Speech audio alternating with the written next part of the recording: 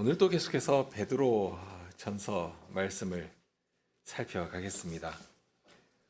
오늘 살펴볼 말씀은 베드로 전서 2장 18절부터 25절까지인데요.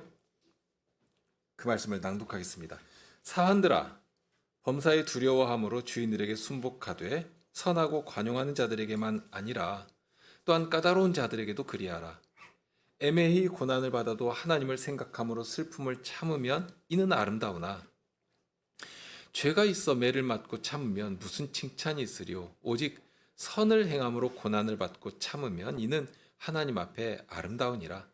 이를 위하여 너희가 부르심을 입었으니 그리스도도 너희를 위하여 고난을 받으사 너희에게 본을 끼쳐 그 자취를 따라오게 하려 하셨느니라. 저는 죄를 범치 아니하시고 그 입에 괴사도 없으시며 욕을 받으시되 대신 욕하지 아니하시고 고난을 받으시되 위협하지 아니하시고 오직 공의로 심판하시는 자에게 부탁하시며 친히 나무에 달려 그 몸으로 우리 죄를 담당하셨으니 이는 우리로 죄에 대하여 죽고 의에 대하여 살게 하려 하심이라. 저가 채찍에 맞음으로 너희는 나음을 얻었나니 너희가 전에는 양과 같이 길을 잃었더니 이제는 너희 영혼의 목자와 감독 되신 이에게 돌아왔느니라. 그리스도인이 세상을 이기는 방법이 무엇이겠습니까?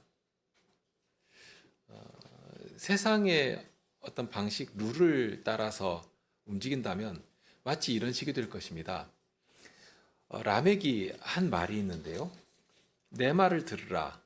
나의 창상을 인하여 내가 사람을 죽였고 나의 상함을 인하여 소년을 죽였도다.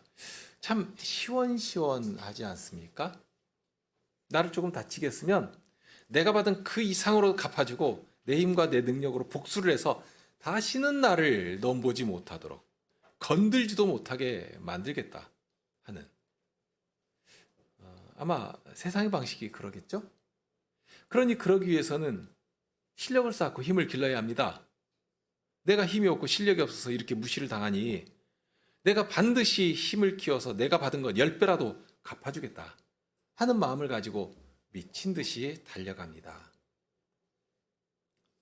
그런데 그렇게 하면 이깁니까? 만족을 얻을 수 있습니까?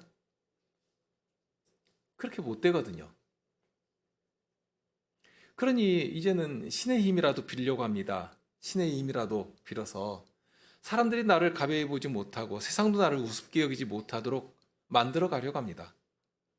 그런 식으로 얼마나 많은 사람들이 거짓된 신을 섬기고 미신에 그리고 사이비한 종교에 빠져들어갑니까? 그러면 그런 식으로 과연 세상을 이길 수 있겠는가?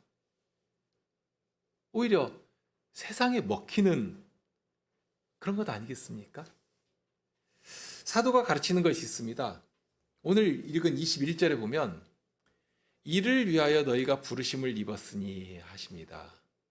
그러니까 어떤 목적이 있어서 우리를 불러주신 것이다 하고 알려주십니다. 그런데 그 목적을 가지고 나가야 할 곳이 바로 그런 거짓된 일들, 강포가 마치 자기가 왕인 것처럼 행세하는 그런 세상입니다. 방금 전에 말씀드렸던 그런 식이 진리인 것처럼 주장되는 그런 세상입니다. 그런 세상 속에 들어가서 과연 세상을 이기는 참된 능력이 무엇인가 이것을 나타내라 하고 명하고 계시거든요. 참으로 놀라운 일입니다. 하나님께서는 우리를 그곳에서 건져주셨습니다. 죽음의 권세와 온갖 거짓과 폭력이 진리인 것처럼 행사되는 그런 곳에서 우리를 구원해 내셨습니다. 그러고 나서 이제 다시 우리를 그곳으로 파송하여서 참된 생명이 어디에 있는지, 구원의 능력이 어떠한 것인지를 알리도록 하시는 것입니다. 20절에 보면 하나님 앞에 아름답다 하는 말씀을 하시는데요. 하나님께서 아주 기뻐하시는 일이다 하는 그런 뜻입니다. 하나님께서 보실 때 이 일이 너무 좋으신 것입니다. 그러니 참 좋다, 아주 흡족하다 하시는 그런 단어이기도 합니다. 그런데 실은 이 아름답다는 말이 보통은 성경에서 뭐로 번역되냐면 은혜라는 말로 번역되거든요. 은혜라고 하면 하나님께서 우리에게 주시는 전적인 대가 없는 그런 선물이라 하는 그런 뜻일 것입니다. 그런데 여기 그러한 것을 우리가 감히 하나님께 드릴 수 있는 방법이 제시되고 있는 것입니다. 하나님께서 은혜로 여길 만큼 그렇게 좋아하실 일이 된다 하는 그런 뜻이기도 합니다. 우리가 바라보도록 사도가 제시하는 유일한 본이 있습니다. 어떻게 세상을 이길 수가 있는가? 무엇으로 이길 수가 있겠는가? 우선 아닌 것 하나는 분명합니다. 세상에서 진리처럼 주장되는 것들, 세상이 자랑하는 것들은 더 이상 우리 손에 무기처럼 들려 있어서는 안 됩니다. 그것 잡고 휘두르려고 하면 안 됩니다. 그것은 죽은 행실에서 나오는 것들이고, 그러니 죽이고 파괴하는 것들입니다. 다 버려야 합니다. 그러면 무엇인가 하는 것이겠죠? 사도는 바로 그 지점에서 오로지 예수 그리스도만을 바라보도록 하십니다. 대답이 거기에 있습니다. 다만 그러면 예수님께서 세상을 이기신 그 방법이 무엇인가 하는 것입니다. 예수님께서 어떻게 죽음의 권세와 세상의 강포와 모든 권세를 일거에 무너뜨리신 것인지, 사단의 머리라도 발로 밟으시고 사망의 문을 부수신 그 권세가 무엇인가 하는 것입니다. 사도는 여기에서 그 비밀을 알려주십니다. 우리가 바라봐야 할, 어찌 보면 어린아이가 아빠를 닮고 엄마를 닮는 이유는 다른 것보다도 늘 같이 생활하면서 보는 대로 따라하기 때문일 것입니다. 듣는 대로 따라하기 때문일 것입니다. 따라하는 것입니다. 아, 예수님 저렇게 하셨구나 하고 보여주시고, 그러면 그것을 따라하면 되는 것입니다. 혹시 탁구 좋아하시는 분이 계신지 모르겠는데요. 이렇게 서비스를 아주 날카롭게 주면 그걸 받아치려고 해도 안 되거든요. 뭐 유튜브로 공부한다고 해도 이거 그림으로 공부하는 것이지 뭐 해보면 안 됩니다. 그런데 잘 가르치는 코치가 와가지고 딱 손을 잡고서 이렇게 해봐 하고 딱 해주면 아주 그 몸이 절로 싹 움직이면서 신통하리만치 딱 받아지거든요. 그런 것과 유사하다고도 할 수 있습니다. 사도는 아주 친절한 선생님처럼 먼저는 우리 본이 되시는 예수 그리스도를 바라보도록 하시는 것이지만, 구체적인 모습에서도 어떻게 해야 할 것인지를 우리의 시각에서 우리의 일상으로 가져와서 훈련하고 적용하도록 해주십니다. 다만 그렇다 할지라도 사도가 제시하는 방법은 상식적으로 용납하기 어려운 그런 말씀이기도 합니다. 특히 오늘날 자기 실력이라고 하는 것 하나로 경쟁에서 올라서야 하는 그런 구조 속에서 어떻게 이 말씀대로 살아가라는 말씀인가? 지난주에도 생각한 말씀이지만 사도가 명하신 말씀대로 해가지고 되겠는가 하는 것입니다. 이해할 수 없는 말씀이고, 더구나 그렇게 하라고 하시니 이거 수용하기가 너무 어려운 그런 말씀처럼 느껴집니다. 그런데 그렇게 하는 것이 세상을 이기는 방법이라고 지금 말씀하시거든요. 21절을 보시면 그리스도도 너희를 위하여 고난을 받으사 너희에게 본을 끼쳐 그 자취를 따라오게 하려 하시느니라. 그냥 우리 생각에는 참 용이하게 주님의 이름을 불러서 우리가 구원받았으니까 그럼 이제 우리는 지옥 안 가지 않습니까? 어차피 죽으면 천국 갑니다. 그런데 그러면 이제 지옥 안 가게 됐으니까 나머지는 너희에게 익숙한 대로 네 마음에 좀 시원한 대로 그렇게 살아라, 내가 보장해 주겠다 하고 하시면 참 좋겠는데 그렇게 하지 않으십니다. 이제 구원을 받고 하나님의 사람이 되었으니까 하나님의 사람으로 하나님이 기뻐하실 만한 그런 사람이 되어야 할 것인데, 그 본이 여기 있다. 여기 예수님이 우리의 본이시다. 그러니 예수님을 보면서 따라 살아라 하고 하시는 것입니다. 그러면 예수님이 어떻게 하셨느냐 하는 것이죠. 22절에 보면 그는 죄를 범치 아니하시고 하셨습니다. 이 표현에 아주 주의할 부분이 있는데요. 보통 이제 다른 서신들, 특히 이제 바울 서신들이 많으니까 거기 보면 보통 예수님의 의에 대해서 전할 때 죄가 없으시다, 그는 의로우시다 하는 이런 표현들을 자주 사용합니다. 이게 강조점이 다르기 때문인데요. 본디 죄가 없으신 의로우신 예수님에 대해서 다른 서신서에서는 강조하고 있다면, 여기 베드로 사도는 죄를 범하지 아니했다 하는 말로 표현하고 있습니다. 이 말은 상당히 현실적인 표현입니다. 쉽게 말하면 지금 죄를 범할 만한 그런 상황 속에 살아가고 있는 그런 현실을 배경으로 하고 있는 것입니다. 우리와 동일하게 얼마든지 죄를 범할 만한 상황이고, 그렇게 하면 능히 시원하게 복수도 하고 사람들도 두려움에 떨면서 내 발 아래 굴복시키도록 만들 만한 그런 상황인데도 그런 방식을 하나도 취하지 않고 끝까지 죄를 범치 아니하셨다 하는 그런 뜻입니다. 이어지는 말씀도 동일한데요. 그 입에 괴사가 없으시며 했습니다. 이 괴사가 조금 어려운 말인데 거짓말이다 하면 쉽습니다. 그런데 이 동일한 표현이 2장 1절에도 나옵니다. 거기 모든 악독과 모든 괴율과 외식과 시기, 거기 괴율이라는 말 같은 단어거든요. 그러니까 거짓을 버려야 한다고 하셨는데요. 그런데 여기 22절에서 예수님이 그러셨다는 것입니다. 예수님이 십자가를 지시던 그 당시를 한번 생각해 보십시오. 예수님을 앞에 세워놓고 무수히 많은 사람들이 둘러 진치고 예수님을 죽이기 위해서 온갖 거짓말들, 거짓 증인들을 세워놓습니다. 그런데 자기들 말이 서로 맞지 않았거든요.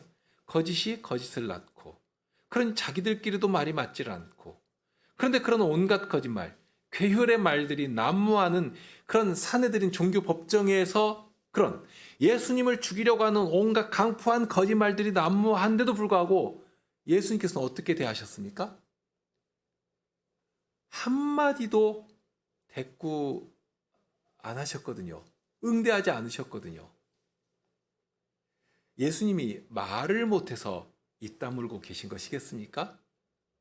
저들을 반박할 말이 생각나지 않아서 머뭇거리신 것인가? 아니면 힘이 없어서 무능하게 당하고 계신 것인가? 절대 아닙니다. 빌라도 앞에서 하신 말씀이 있습니다. 빌라도가 가로되 내게 말하지 아니하느냐? 내가 너를 놓을 권세도 있고 십자가에 못 박을 권세도 있는 줄 알지 못하느냐? 예수께서 대답하시되 위에서 주지 아니하셨다면 나를 해할 권세가 없었으리니 그러므로 나를 내게 넘겨준 자의 죄가 더 크니라. 하늘의 군사까지라도 동원하실 수 있는 분께서 왜 그렇게 세상무능하게 당하고만 계신 것인가? 실은 그렇게 하는 방식이, 그렇게 하시는 것이, 그렇게 순종하시는 것이 세상을 이기는 유일한 길이었기 때문입니다. 세상의 논리로는 설명이 안 되죠. 이미 세상은 가인 때부터 무엇으로 살아가는 것인지를 세상이 두려워하도록 자랑했습니다. 그리고 가인의 후손 라멕 같은 자가 나와서 이론으로도 또 문화로도 증명해 낸 것이고요. 세상은 이래야 한다. 세상은 이래야 인정받는다. 하고 세상 앞에 증명해 낸 것입니다. 가치 기준으로 마치 바벨탑처럼 우뚝 세워놓은 것입니다. 그런 세상을 다시 하나님께로 굴복시키도록 하나님 나라의 거룩한 문화로 생명의 빛이 가득한 나라로 이끌도록 하시는 그런 사명이 우리에게 부여된 것이거든요. 세상의 관점으로 보면, 그리고 심지어 우리 눈으로도 눈에도 동일합니다. 왜 그런가 하면 너무 익숙하기 때문에 그래요. 또 우리가 한 번도 이렇게 살아본 일이 없으니까. 이런 말씀을, 사도의 권면을 들으면 이론으로는 그럴 수 있겠다 하고 이렇게 이론으로는 받을지라도 그렇게 살 엄두를 못 내는 것입니다. 그런데 하나님 나라의 나라는 세상 관점으로 보면 그건 우리의 정서도 그렇거든요. 여전히 어색하고 모순과 역설이 난무하게 보이는 그런 나라입니다. 정말 세상에 익숙한 자리에서는 설명이 안 되는, 납득이 안 되는 그런 나라입니다. 그런데 그런 하나님 나라의 백성으로 세상에 파송되어서 세상 속에 파고 들어가서 세상 앞에서 하나님 나라의 질서와 능력이 무엇인지를 성도의 삶으로 증명해내고 살아내고 자랑하라고 하시는 것입니다. 그것이 세상을 이기는 방법이고 무엇보다 하나님 앞에서 아름다운 일이니까 그 일을 위해서 너희가 부르심을 받은 것 아니냐, 이렇게 부르셨으니까요. 이것이 너희의 사명이다 하는 것입니다.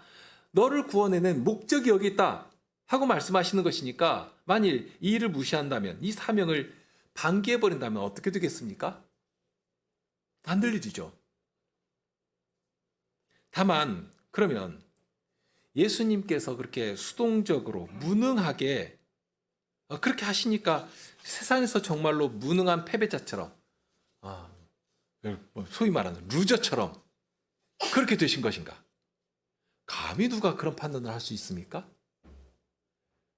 세상도 사탄도 사망의 권세도 그런 예수님 앞에서 어떻게 되었는가 말입니다. 그런데 세상은 여전히 우리 성도들을 그런 가치 속으로 몰아넣거든요. 사도가 민감하게 다루는 방식이 그렇습니다.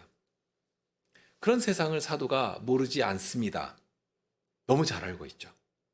성도들이 살아가는 삶의 현장을 결코 가볍게 여기거나 무시하지 않습니다.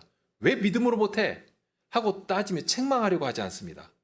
오히려 그 안에서 살아가야 할 성도의 삶이 어떤 것인가를 너무 잘 알기 때문에 정말 따뜻하게 우직한 아버지처럼 품에 꼭 안아주시는지 모릅니다. 그런 방식으로 하시거든요.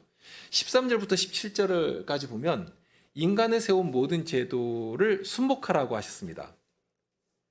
단지 왕이나 권력자들에게 순복해라 하는 그것이 중심 주제는 아닙니다. 그것은 현상이고 현실에서 적용할 수 있는 실행 문제입니다. 그러니까 사회가 달라지고 상황이 달라지면 그 대상은 얼마든지 변하고 그 모양도 얼마든지 이렇게 달리 적용할 수 있는 그런 내용들입니다. 정작 중요한 것은 그 안에 움직이는 원칙입니다. 왕에게 혹은 총독에게 순종하라. 이제 13절 그 앞에서 말씀하셨는데 그 말씀보다도 어떤 면에서 보면 17절에 나오는 말씀이 종합편처럼 어떤 결론처럼 보이기도 합니다. 그러니까 더 중요한 것처럼 느껴지는데요. 개정개혁성경은 17절에서 무사람에 대한 것과 왕에 대한 것을 이렇게 달리 번역해 놓았거든요. 근데 실은 같은 단어라고 말씀드렸습니다. 무사람이나 왕에게나 차별이 있을 수 없다 하는 그런 뜻이기도 합니다. 왕에 대한 것과 무사람에 대한 것이 달라지면 안 됩니다. 왕을 존대한다면 그 사람이 어떤 사람이든지 그 사람이 노예라고 해도 그 사람을 왕을 존대하는 방식과 모양과 내용으로 양만큼 존대해야 마땅하다 하는 그런 의미이기도 합니다. 그럼 이유가 무엇이냐? 우리는 하나님의 종이기 때문입니다. 하나님 앞에서는 이 세상 왕이나 사람들이 무시하는 노예나 아무 차별이 있을 수가 없으니까 그렇습니다. 그러니 그런 하나님의 종으로 살아가는 우리는 누구를 가장 존중히 여기고 누구를 가장 두려워해야 마땅한가? 누구 말에 즉각 반응하고 누구 명령을 최우선으로 들어야 마땅한가? 하는 것이죠. 달리 말할 것이 없습니다. 이론을 붙일 수가 없죠. 나의 주인이신, 나의 구원이신 하나님에 대해서 그러면 되는 것입니다. 그래서 17절에 보면 하나님을 두려워하라 하는 그런 말씀을 해놓으신 것입니다. 다만 그러면서도 우리 안에서 정말 강하게 나를 움직여가는 원칙이 무엇인가 하는 16절에 나오는 말씀처럼 우리에게 주신 자유를 마음껏 활용하도록, 그러니까 활용해서 그 일을 하도록 하십니다. 그러니까 이것은 억지로 하라는 말씀이 아닙니다.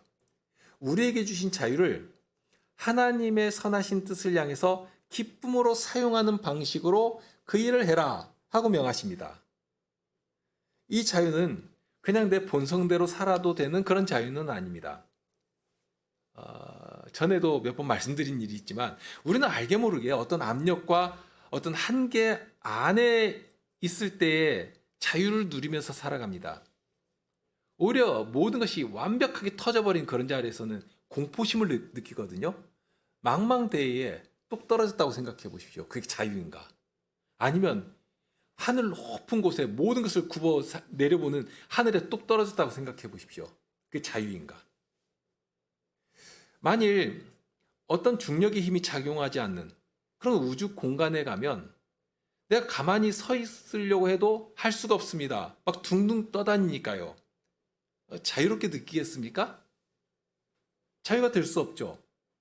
부모의 품도 그렇습니다. 부모의 잔소리가 언젠가 그리워지는 때가 있겠죠? 부모님을 떠나보낸 후가 되면. 그 잔소리마저도 그것이 사랑의 표현이었구나 한 사실을 다시 한번 이렇게 사무치게 느끼게 됩니다. 그것이 압력이고 내 자유를 제한하는 것인가? 그렇지 않죠? 기차가 철길을 따라 달려가는 것이 이거 불편하다, 자유를 제한하는 것이다. 그러니 나는 이 철길을 벗어나서 정말 마음대로 달려가겠다 하면 그 자유가 되겠습니까? 그렇게 되지 않죠. 기차는 철길을 따라 움직일 때 가장 자유롭게 달릴 수 있게 됩니다. 자유는 그런 것입니다. 우리의 자유는 하나님의 선하신 뜻 안에 있을 때 가장 존귀한 가치를 뽐내며 그 빛을 드러낼 수 있게 되어 있습니다. 사도가 그 비밀을 여기서 가르쳐 주고 계십니다. 자유를 가지고 전에는 내 마음대로 하겠다 하는 그런 식으로, 그러니까 정말 자유와 방종을 구분도 못하는 것이죠. 방종하는 삶을 살면서 자기 욕망이나 부추기며 거짓이나 가리며, 그런데 쓰지 말고 이제는 하나님의 종이 되었으니까 하나님의 종답게 하나님을 향해 사용하는 것이 마땅하지 않느냐 하는 것입니다. 13절부터 17절까지 가르친 주제가 그렇습니다. 우리에게 주신 자유가 얼마나 능력이 있는 것인가, 복된 것인가, 그 능력이 얼마나 큰 것인가, 사람들은 알지를 못합니다. 자기들이 그냥 자기들 마음대로 하는 것처럼 보이니까, 그러니 내 마음대로 한다 하고 그것을 자유로 말하지만 정작 죽기를 무서워하면서 일생에 매여 종노릇하는 것이 현실 아닙니까? 사망의 세력을 잡은 자, 마귀가 쳐놓은 덫에 걸려가지고 퍼덕이면서 살면서도 그것을 끝까지 모르는 것입니다. 그런데 그런 자리에서 우리를 건져주셨으니까 이제 어떻게 살아야 마땅하겠는가? 그런 면에서 하나님 나라의 성격을 나타내도록 철길처럼 또는 태양의 온기와 공기의 기압처럼 하나님께서 세우신 질서가 있고 제도가 있고, 그러면 그 일이 무엇인지를 생각하고 그 질서를 세우신 하나님의 뜻에, 그 지위에 그 사람을 세워놓으신 하나님의 뜻에 순종하는 것이 우리의 자유를 정당하게 사용하는 방법이다 하는 큰 원칙을 가르쳐 주시는 것입니다. 자, 그런 후에 사도는 조금 더 일상적인 예 하나를 가져옵니다. 18절을 시작하면서 사환들아 하고 부르시는데요. 이 사환이라고 하니까 종이나 노예와는 조금 지위나 형편이 다른 어떤 직분자가 아닐까 이렇게 다르게 생각할 수도 있는데요. 실은 그렇지는 않습니다. 일상에서 부르는 노예라고 하는 말, 앞에 16제로 보면 하나님의 종이라고 하는 말이 나오지 않습니까? 하나님 종으로 행하라 하실 때에 이제 그 말은 종 또는 노예라고 부를 수도 있는데요. 정말 노예입니다. 그러면서 거기 나오는 둘로스라고 하는 이 종이라는 말은 범용적으로 사용되는 그런 표현이라고 하면, 18절에 나오는 이 사화는 구체적으로 집에서 노예처럼 부리는 종을 가리킬 때 쓰는 말입니다. 그러니까 실질상 지위에서나 권한에서나 아무런 차이가 없는 존재입니다. 요즘으로 치면 개나 고양이 취급도 못 받는 그런 존재일 것입니다. 개나 고양이는 좀 아프면 막 어쩔 줄 모르고 막 병원도 가고 이렇게 하지 않습니까? 그러니까 그런 수준도 못 되거든요. 차라리 로봇 청소기 정도라고 하면 어떨까 합니다. 고장 나면 아낌없이 그냥 갖다가 버리고 다시 사면 되는, 주인이 조금 아껴주면 오래 사용할 것이고, 주인이 괴팍해서 그냥 발로 뻥뻥 차고 다니고 아주 더럽게 사용하기도 하면 좀 수명이 단축될 것이고, 그런 사환이 그런 정도입니다. 주인이 물건처럼 취급하니까요. 나름 주인의 성격이나 손에 따라서 처우가 달라지기도 합니다. 그러니까 어떤 주인은 소중하게 여기기도 할 것이고요. 어떤 주인은 정말 똥개 다루듯이 막대하기도 하고, 어떤 경우에는 성적으로 아주 심각하게 학대하기도 하고, 그렇다고 해서 무슨 하소연 하나 할 곳이 있는가? 전혀 없습니다. 그러니 로마 사회처럼 그런 비참하고 굴종적인 노예 제도 하에 있다고 하면 여러분 같으면 그런 생각 안 하시겠는가? 이 노예 제도라고 하는 것이 세상 악한 제도 아닙니까?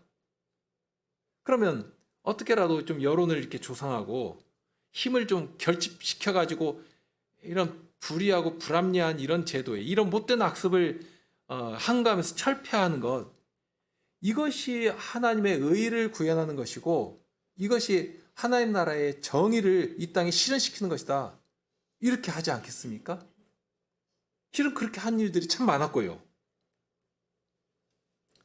또 앞에서도 그런 말씀이 나오지만 왕이나 총독이 선한 사람이라면 모르겠지만 기독인들을 극도로 핍박하는, 예를 들면 뭐 인촉으로 사용했던 네로 같은 악한 왕이라면 어떻게 해야 할 것인가? 왕이니까, 총독이니까 무조건 순복해야 하는 것인가? 도저히 공경할 수 없는 자를 어떻게 공경하라고 하는 말인가? 하고 당장 이게 반동적인 생각이 막 혹하니 솟아나지 않겠는가 말입니다. 그런데 사도는 28절에도 동일한 말씀을 합니다. 순종하라고 하십니다. 13절에 나오는 말과 동일한 단어거든요. 혹시는 여기 순종하라는 말에 부정적인 의미는 없을까? 하고 기대한다면 예수님의 경우를 보면 됩니다. 누가복음 2장 51절에 아직 예수님께서 세상에 나오시기 전에 예수님께서 나사렛에서 어머니 마리아를 봉양하셨는데요. 그때에 순종하여 받드셨다는 말이 나옵니다. 거기 순종이나 여기 순종이나 같은 말입니다. 그러니까 아주 기꺼운 마음으로 즐겁게 순종하는 것을 가리킵니다. 섬기는 것입니다. 그러면서 우리의 마음을 아시기 때문에 거기에 베드로 사도는 조건도 붙여놓습니다. 관용하는 자들에게만 아니라 또한 까다로운 자들에게도 그리하라. 나에게 잘해주는 주인이라면 참 기쁜 마음이 이렇게 솟아나겠지만 뭐 그것이 인지상정이겠죠? 그런데 그런 사람에게만이 아니라 영 성질머리가 더러운 까다로운 사람에게라도 그렇게 하라고 하십니다. 다만 순종하라고 하실 때에는 앞에 왕이나 총독의 경우에는 어떤 조건이 붙어 있었습니다. 바울 사도도 하신 말씀이 있는데요.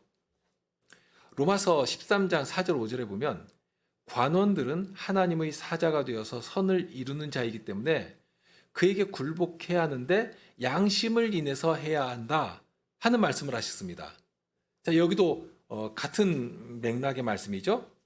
악행하는 자를 징벌하고 선행한 자를 포상하는 것이 왕이나 총독이나 권세를 잡은 자가 마땅히 해야 할 가장 기본적인 일입니다. 만일 그렇지 못하다면 그런 자의 지시까지 따를 수가 있겠는가? 그럴 수는 없습니다. 더 큰 명령은 우리가 하나님의 종이라 하는 말에 담겨 있습니다. 그러니까 그런 큰 원칙 하에서 하나님의 뜻에 부합하는 일이라면 아주 기쁘게 순종해야 하는 것인데, 그러니까 순종하라고 하실 때에는 여기에 세상 주인이 부당한 명령을 내릴 때를 그것까지 이렇게 다 상정해가지고 명령하시는 것은 아닙니다.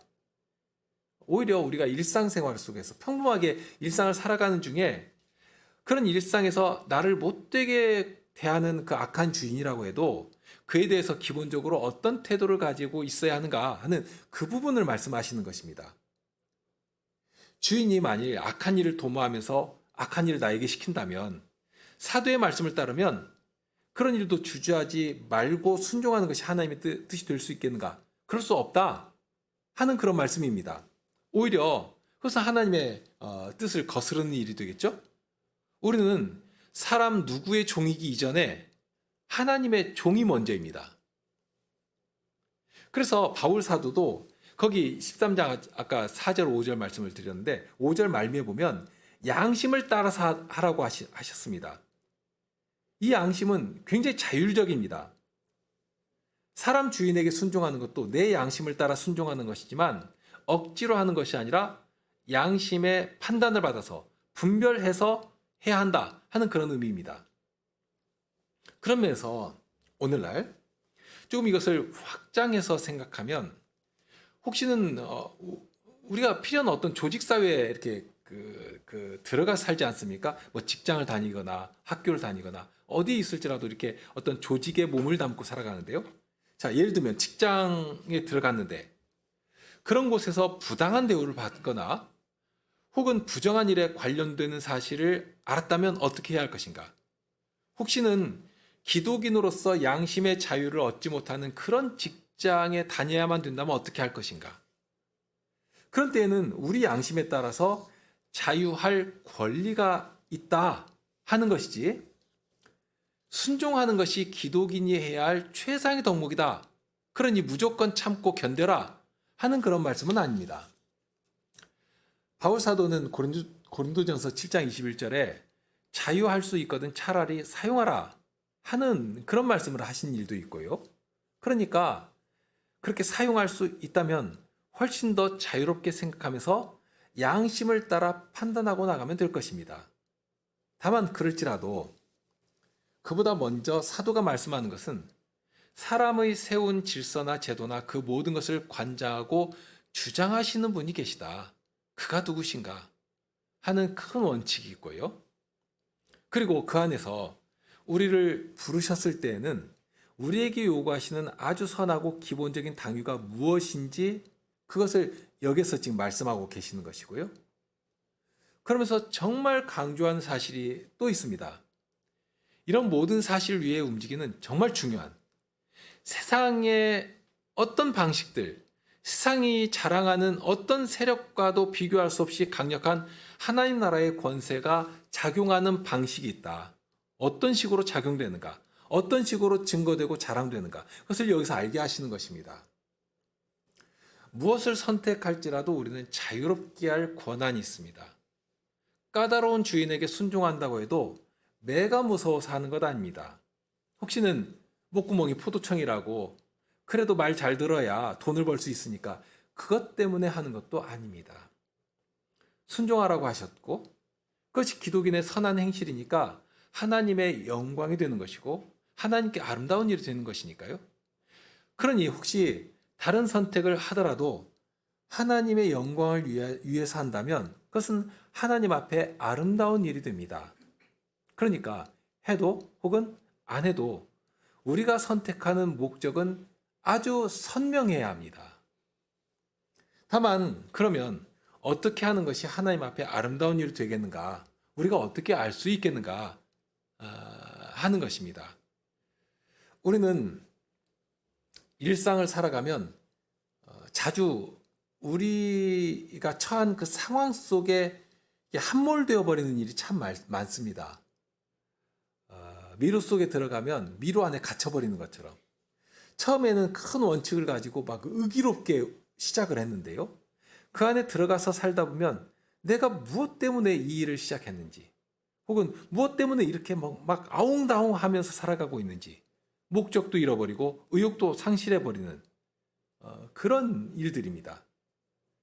마치 즐거운 트레킹을 하려고 이렇게 출발했는데 처음에는 숲의 전경도 머릿속에 탁 담아놓고 그렇게 의욕이 이렇게 충만해가지고 출발했는데 막상 숲속에 쓱 들어가면 그냥 눈앞에 있는 것만 쫓다가 목표도 잃고 길도 잃고 그런 일들이 있지 않겠습니까? 그런 때 우리가 다시 정신을 가다듬고 우리가 가야 할 목적지와 목표를 생각해야 합니다. 여기서 사도가 바로 그 사실을 알려주십니다. 21절이죠? 그 자취를 따라오게 하려 하셨느니라. 그러니까 우리 앞서 가신 분이 계시다는 것입니다. 우리가 대단한 구상을 하고 목적과 어떤 원대한 꿈을 품고 그러면서 별것이라도 내가 다 할 수 있는 것처럼 할 수 있겠지만 그런데 어림없는 이야기 아닙니까? 아예 출발부터가 그렇습니다. 아예 처음부터 우리는 스스로 무엇을 할 수 없는, 스스로 갈 수 없는 자들입니다. 너무 세상에 익숙해 있고 우리 삶 속에 깊이 파고들어 있기 때문에 우리가 사명을 감당해야 할 그 현장이라고 하는 것을 보면 그것이 본디 힘의 논리가 주장되는 것 아닙니까? 가인의 사상이 강력하게 털을 이미 잡아놓은 그런 세상이고 너무나도 익숙한 곳입니다. 그런 곳에 우리를 파송하여 보내실 때 우리를 홀로 보내셨겠습니까? 그렇지 않으시거든요. 무엇보다도 성도가 함께 가도록 하신 것이고요. 또한 주의 신으로 새롭게 된 자유로운 양심을 가지고 가게 하신 것이고요. 그리고 무엇보다도 이처럼 우리 앞서 가시는 본이 되시는 그리스도의 발자취를 보여주시면서 그 발자취를 따라서 우리도 한 걸음을 내딛도록 그렇게 가도록 해주신 것입니다. 그렇지 않으면 이런 폭력적이고 거짓이 난무하는 이런 세상에서 어떻게 살아남을 수 있겠습니까? 내가 대단한 지혜를 가지고 또는 대단한 지위에 올랐다 한들 그것 가지고 이겨나갈 수 있는가? 살아남을 수 없거든요. 오히려 그런 세상에 동화되어 버리고 예전 습관이 그대로 튀어나와 버리고 사실 전에 하던 대로 하면 속이 시원합니다. 뭔가 신속하게 이루어지는 것처럼 그렇게 느껴지기도 할 것입니다. 더구나 세상의 방식을 쫓아서 우리도 그렇게 힘을 좀 떨치고 일어나면 세상 부럽지 않게 좀 성공하면 그러면 하나님께도 영광이 안 될 것입니까? 예수 믿었더니 하나님께서 복을 주셔가지고 이렇게 잘 됐다. 이렇게 하나님의 나라가 힘이 있는 나라라고 사람들도 무시하지 못하게 만들 수도 있지 않겠는가? 그런 생각도 드는 것입니다. 그러나 실은 그 모든 것들은 하나님의 심판 아래에 있는 악하고 추한 것들입니다. 그것을 다시 먹고 누리면 안 됩니다. 결코 우리 손에 부여잡고 휘두르려고 하면 안 됩니다. 우리 예수님께서 보이신 본이 있습니다. 예수님은 세상의 가장 낮은 자리에 내려가시면서 우리의 구원의 주님이 되셨습니다. 죽음으로 세상을 이기셨습니다. 그러면서 23절 마지막처럼 오직 공의로 심판하시는 그분에게 부탁하십니다. 죽는 것 같았지만 결코 죽음이 이기지 못했습니다. 강포와 거짓이 세상을 지배하는 것 같았지만 그렇지 않습니다. 마지막 심판 앞에서 모든 것이 불로 소멸될 것입니다. 하나님의 심판이 그 위에 강력한 의를 나타내시는 것입니다. 사도는 여기서 우리의 승리가 어디에 있는 것인가? 그 비밀을 알려주고 계십니다. 우리가 누구의 종인가? 사람의 종인가? 전에 행하던 대로 사망과 세상의 종인가? 아니라면 정말로 나의 주인은 누구신가? 그 사실을 우리의 말로, 우리의 삶으로서 증명해내기를 바라시는 것입니다. 오늘은 여기서 멈추겠습니다. 우리 안에 나를 어가고 움직이려고 하는 내 속에서 강하게 밀치고 올라오는 것이 무엇인가를 늘 주의해서 살펴보시길 바랍니다. 여전히 세상의 가치와 세상의 관점인지 아니면 하나님을 주님으로 인정하고 살아가는 하나님의 종의 관점인지. 하나님의 종은 자유를 정말 자유롭게 활용하는 자유의 종입니다. 25절의 결론처럼 영혼의 목자에게로 감독이신 그분에게로 온전히 자신을 기꺼이 드리며 따르는 만일 양이 목자의 음성을 싫어하고 목자를 잃어버리면 그 양은 어떻게 되겠습니까? 목자 없이 이제 마음대로 해도 된다. 그러니까 이제 자유다. 그렇게 생각할 수 있겠습니까? 결코 그럴 수 없죠. 그런 것처럼 오늘도 나를 이끄시는 분이 누구신가? 내가 지금 따라가는 그 발자취가 누구의 발자취인가? 내가 무엇을 바라며 무엇을 의지해서 움직여 나가고 있는가? 이거 잃어버리면 정말로 큰일입니다. 그렇게 돼서는 안 됩니다. 과연 사도가 무엇을 위해서 지금 이 말씀을 하고 계시는지 이 말씀 안에서 길을 찾으시고 진정 우리에게 주신 생명을 살리시는 주님의 은혜가 그리고 우리로 세상을 이기도록 하신 그 주님께서 우리에게 부여하신 그 사명과 권세가 어떠한 것인가? 그걸 잘 배워가시기 바랍니다. 세상 앞에서는 지는 것 같지만 세상은 결코 우리의 자유를 빼앗지 못하고 하나님 나라를 넘보지 못할 것입니다. 우리 함께 기도하시겠습니다.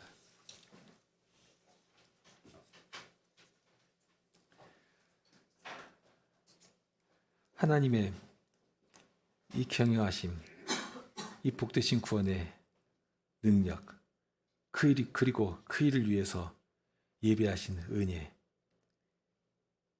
이러한 것들이 너무 광대하고 정말 치밀하고 촘촘하여서 저희가 주님의 말씀을 배울 때 다시 힘을 얻고 용기를 내서 주님을 바라며 살아갈 마음을 가지게 됩니다. 그런데 저희들이 나아가 살아가는 세상 속에서는 이러한 모든 것들을 너무나도 쉽게 잃어버리고 다시 옛 본성대로 행하고 주의 세상의 가치에 눈과 마음이 흔들려버리고 하는 일들이 너무나 많습니다. 주님, 제2 부족하고 어리석은 이런 것들을 불쌍히 여겨주시고 어디서라도 저희를 홀러두지 마시고 주님의 구원의 은혜로 늘 함께 해주셔서 주님 나라의 방식으로 세상에서는 지는 것 같지만 하나님의 구원의 은혜가 저희의 발걸음을 움직여 세상을 어가며 이기는 자리에 이르도록 주님께서 친히 저희의 목자가 되시고 저희의 감독이 되어 주시옵소서. 그 길을 따르는 주님의 음성에 아주 민감하고 신속하게 따라 움직이는 주의 자녀들이 되도록 제 귀를 열어주시고 제 마음을 열어주시옵소서. 우리 주님 예수 그리스도의 이름으로 기도드립니다.